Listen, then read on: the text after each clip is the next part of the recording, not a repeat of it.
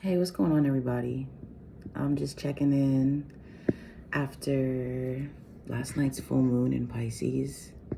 Oh my gosh, what a beautiful, beautiful moon. I was trying my best to use my words last night to describe the moon and the energy. And when I looked at it, it was giving like crone vibes, mother crone vibes. It was a very mature, it was just very Piscean in all sense of the right, that last sign in the zodiac, the culmination of emotion and intuition, and sophistication on that 5D, like sort of past the primal, past the lower chakra kind of rumination. It was very healing. I'm not sure what your experience was like last night, wherever you were. First of all, just seeing the moon felt powerful. It felt calming. Like, it was not hectic. It felt emotional, certainly. But when you have an emotional moon experience and you're kind of just like, ah, like things are just like hectic and just like, you don't know things, you feel the cleansing happening on a very visceral level. Last night's full moon didn't feel like that to me. It felt healing is the best word I can think about. Mature. It felt like a release, but like a deep release, not a superficial release. Anyways, I'm gonna allow the cards to provide some insight on how the collective is doing. After I brought so many decks, like I couldn't even, sometimes I try to like just connect with the decks before I decide which one I'm gonna use. And like so many kept coming to me. The Wild Unknown Pocket Animal Spirit deck. I think I'm gonna start with that one. I don't use this one as much because I haven't committed to studying these animals yet. So part of it is just like an intuitive reading, and then part of it is reading the book. But let's see, what is the animal spirit energy that deer kind of fell out? I'll pick it back up. It's a very mature, feminine energy.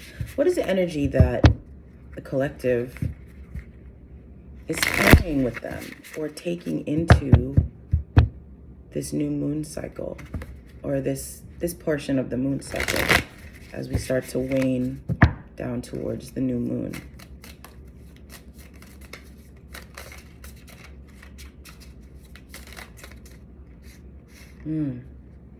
Crocodile and unicorn. Ooh.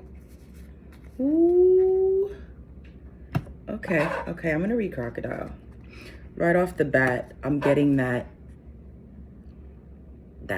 sort of like silent,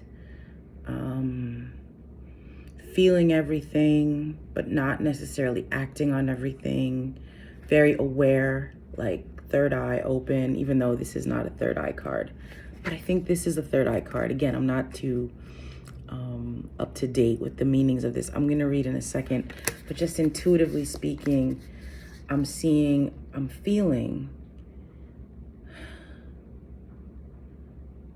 a sense of patience and waiting that's allowing a third eye activation to occur. So like being ready and prepared to act, but recognizing where to put energy, right? If the crocodile chomped at everything that he saw that was good, he would be really tired. And if it was too far away, maybe he might not catch it, or maybe he might struggle if the prey was too elusive. There's no prey here, there's no violence here, but the analogy I'm trying to make is that the energy of this crocodile right now is one that is, I want to say, knows better, because they're in tune with themselves and with the vibrations that they're feeling in the water. And because of that, there is a third eye, an ability to see what perhaps you were not able to see in the past. Okay, let's first look at crocodile, and then we'll go to, I'm feeling really good, y'all. I hope y'all are feeling good too. I also found myself very busy yesterday. Like I felt like I was doing a lot of hip openers. I was like, and hips are definitely where we store a lot of our emotion.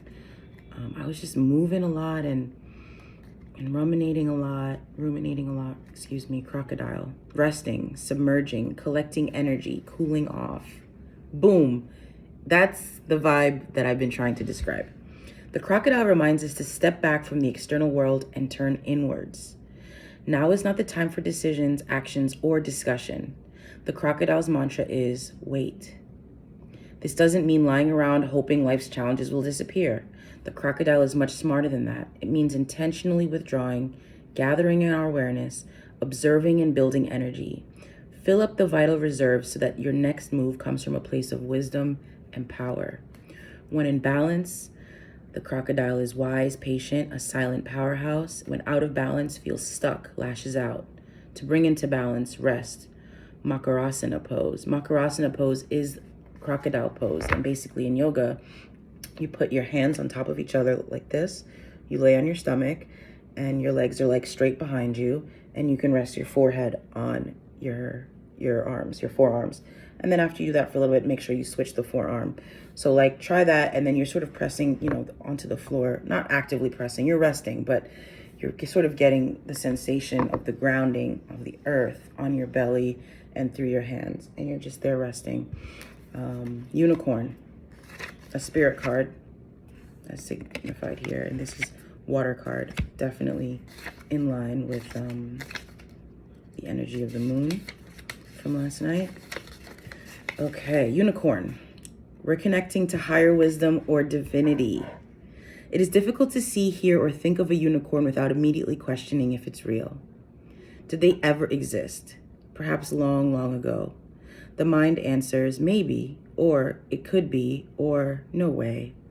This very contemplation explains our relationship with divinity and encapsulates our wavering belief in the unicorn. We wonder what divinity is. We wonder where our intuition comes from and if we can really trust it. We think about a higher power and our mind hesitates between yes, no, and maybe. Is it male or female? Does it have a name? Is it a feeling? The unicorn card appears and wakes us up to curiosity about the higher self and the divine. It is a card of questioning, exploring, and contemplating the inexplicable. The mind's eye knows there's something beyond our day-to-day lives, a deeper dimension to our experiences. The mind's eye reaches out to grasp something more. You are the unicorn, and you have begun your quest for answers. The unicorn in the sixth chakra. It is no surprise the subtle essence of the unicorn card resides at the third eye, the exact place which the unicorn's horn extends. This center is called the Ajna chakra, or command center. The ancient yogis believed it to be responsible for our intellect, intuition, and deepest wisdom. Some say our two eyes see the past and present, while this third eye peers into the future. So there was a lot of restfulness yesterday, a lot of internal shifts and healing that came from this stillness that activated intuition. And it's so Piscean, like I'm so, Okay, we don't have much time. I'm at 8 minutes and 43 seconds. And I got to keep this joint under 15 because Instagram they don't be messing with videos over 15 minutes. Actually, I think I got more like 14:48 or 14:58. So let me stop talking and get in the zone. Tell me more about this crocodile energy. Something useful for the collective to know. Shift. Wheel of Fortune. So by staying still, by not clasping, clamoring, chomping, doing the most, right? By doing less, you're actually speeding up time. You're actually shifting the energy of what's available to you right now. The Wheel of Fortune card means that there is a change in the situation that's coming up. And this doesn't necessarily mean like good or bad. Actually, it's up to you. Tarot means that we are tapping into energy that you have control over. Free will rules it all. So how you move in these next couple of hours and days are really important. What you do, your mindset. Because the vibrations that you put out what you express to the universe of what you want and who you are and your truth, now is the time for the universe to be in communion with you so that you can co-create the thing that you want. But if you're talking down, if you're not putting in the work, if you're right, this crocodile is not somebody that's doing nothing. Look at that eye. That eye is fully aware and open. He's not sleeping. He's sensing, or she. Whew, I'm feeling lit right now.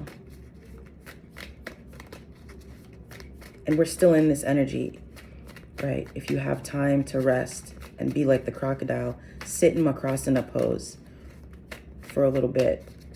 Meditate, breathe. Okay, tell me about the unicorn. I think that's all I need for the Wheel of Fortune, is all you need to know about what this crocodile energy is doing for you.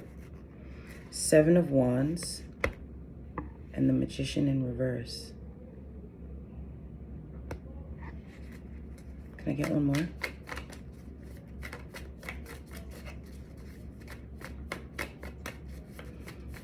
There's a new sense of peace. There's a new sense of peace. 7 of Wands and other tarot cards has a very defensive vibe here. This is not a person, this is not an energy of being defensive in your own space, will, and abilities. This is being protected by the energy that comes from within, not from without. Like, you have these 7 wands here protecting your position in traditional tarot at the top of a hill, but in this one, on this meditation mat, surrounded by a force field, an energetic force field that you've created based on your vibrations, based on your ancestors, God, the divine, your higher self, what the work you've been doing. And you don't need to be actively, it's funny. What's really funny is I have the 7 of Wands out from this. If you saw earlier reading, it fell out of a deck and I haven't put it on. This is the old 7. This is like traditional 7 of Wands. That's not the vibe you're in right now, collective. I'm so freaking excited. Like, this is a place of contentment on what you've built and belief and trust that the divine is taking you and what you've built to the next level without the need to be defensive or without the need to act, right? This is a very restful 7. This is a very crocodile 7 of Wands. The next step is the 8 of Wands, which is that like energy of like do something, moving, right? Which is what you have here. It's kind of this King of Swords.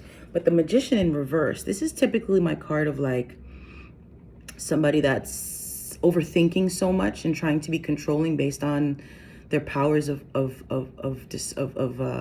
intellect and out maneuvering, outsmarting, right? So this is one of two things, two messages. Be mindful of the tendency or desire, feeling so good in this space that like, now if I can combine this piece with my mind, my brilliant mind of planning and plotting and subversing and all this stuff, right? Be mindful of that desire. You don't need to go there. That will take you into Magician in reverse, which is sort of a more darker way of controlling energy, which you might be successful in the beginning, but it won't really pan out to what you want it to be. So be careful of that. But this also can mean that if you've been in this space, somebody that's like grasps and holds on tighter or wants to control or has some kind of like desire for a particular ending or a particular situation to pan out the way you want it to pan out, that this space that you've created, this crocodile energy that you got off the moon, this sort of restful, meditative, believing the divine has got your back and is protecting you and you don't need to protect yourself and lash out or control anything. Once you fall into that space, you lose this. You lose this pattern of overthinking, overanalyzing, overgrasping, manipulating, controlling. And for those of you that are able to let that go, what comes next is, there was a mantra in my yoga class yesterday. Shout out to the yoga teacher that taught the class. It said, I am passionate about achieving my goals. I got 1436, so I got to end this now. I'm passionate about achieving my goals. If you felt stuck, if you felt like you didn't have clarity, this space here, what you've created, what you've experienced under this full moon is giving you that desire, that drive, that clarity. I'm really excited for y'all. Hope you've enjoyed this reading. Have a good moon cycle.